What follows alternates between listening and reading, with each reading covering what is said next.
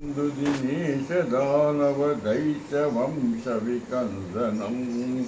रघुनंद आनंद कंद कोसल चंद दशनंदनम शिरमुकुट कुंडल तिलक चारु उदारु अंग विभूषणम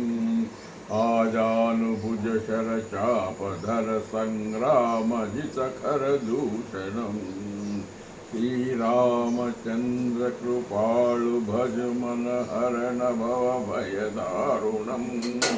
नव कंज लोचन कंज मुख कर कंज पद कंजारुणम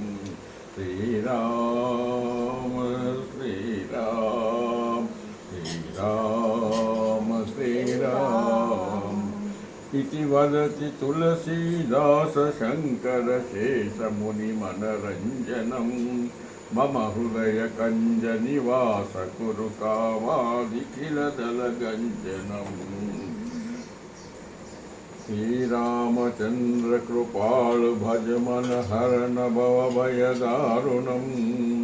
नव कंज लोचन कंज मुख कर कंज पद कंजारुणम श्रीराम